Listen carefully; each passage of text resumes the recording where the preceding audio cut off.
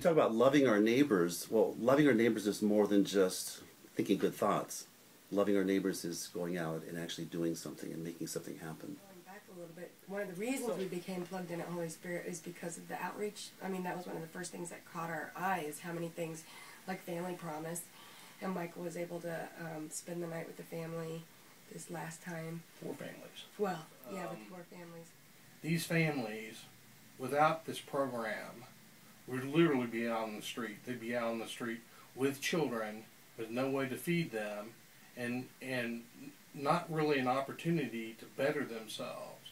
With Family Promise, not only can they provide for their children, but they're in a program where they're on a track to get some sort of gainful employment, and it actually plugs them back into the community. Nevada is not renowned for having a solid safety net, and we're part of that safety net. And we make a difference every day. ESL here is a wonderful program. Mm-hmm. They take second language learners, teach them English, and a little bit about the Bible along the way, and it's just a great outreach effort.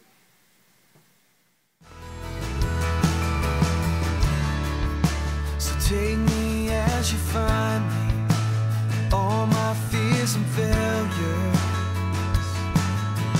fill my life again. The ELCA, on a broader scale, makes tremendous impacts with their hunger relief program. They're addressing world hunger. And their disaster relief, I mean, when Haiti hit, the ELCA was on the ground within 24 hours. I mean, and they were there, and they're still there, and they're still helping. So there's no shortage of catastrophes that the ELCA has the opportunity to address, and it does address them. So beyond just our community, it has worldwide reach.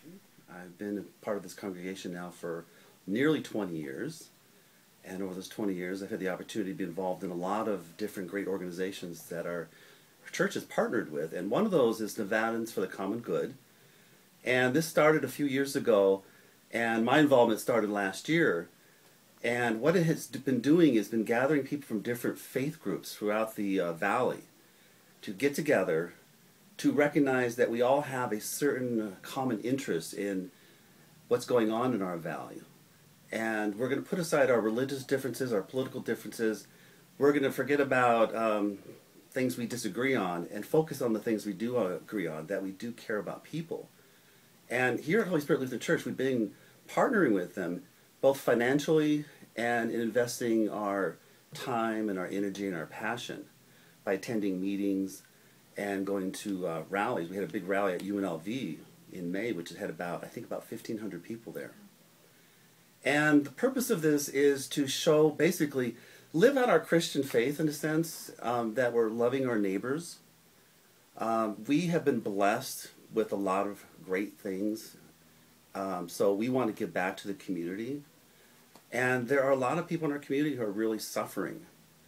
And we have a tendency to live in kind of an isolated bubble in our own communities, and we don't realize the pain and the suffering that's going on with people around us. So by drawing people together with different faiths, we recognize we have a common goal in making our community better. And some of the things we've been looking at is the problem of sex trafficking of minors, which has been, I didn't even realize this has existed until I joined this organization. That was an eye-opener for me. I mean, I knew it existed, but not to the extent it did, and that Las Vegas was a central problem in this whole thing. Problems dealing with seniors when they, getting older and struggling to get by on, especially in this difficult economy. Problems with housing, especially with the housing markets. A lot of people are underwater. Problems people are dealing with immigration. So it's just getting awareness out there and getting people active, involved. Sex trafficking. And we've been able to already make substantial inroads on those problems, but it's an ongoing thing. It's bigger than one church, so that's why the network of churches involved, which Holy Spirit is a leader in that effort.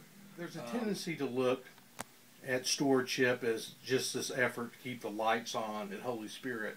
And that is part of it, but it's part of what we do. We've been there for people, and I'm not going to discuss any particular cases because it's really not my place.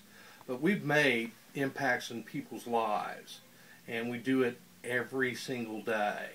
And their lives are better because of Holy Spirit. And that's what we're really about, this kind of ministry. And a lot of it goes unrecognized, but nevertheless it should be pointed out that it is there, and it goes on every single day. You know, Americans in general don't understand.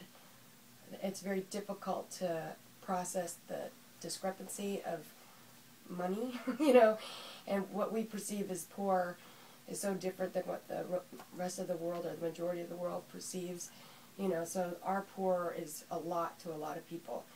So it's incredible. Anytime anybody is reaching out and providing healthy drinking water or, you know, education, I know that they do a lot with that program, but it's just unfathomable, you know, the need that's out there. So Okay. a lot of times people don't feel like they can help because they don't have the skills or the knowledge or experience, but that's what the stewardship is for. They can supply what they have, and somebody else who has the passion and the Writing skills. checks. Money is important. We need to give money to people. We need to give money to organizations. Finances can never be underestimated.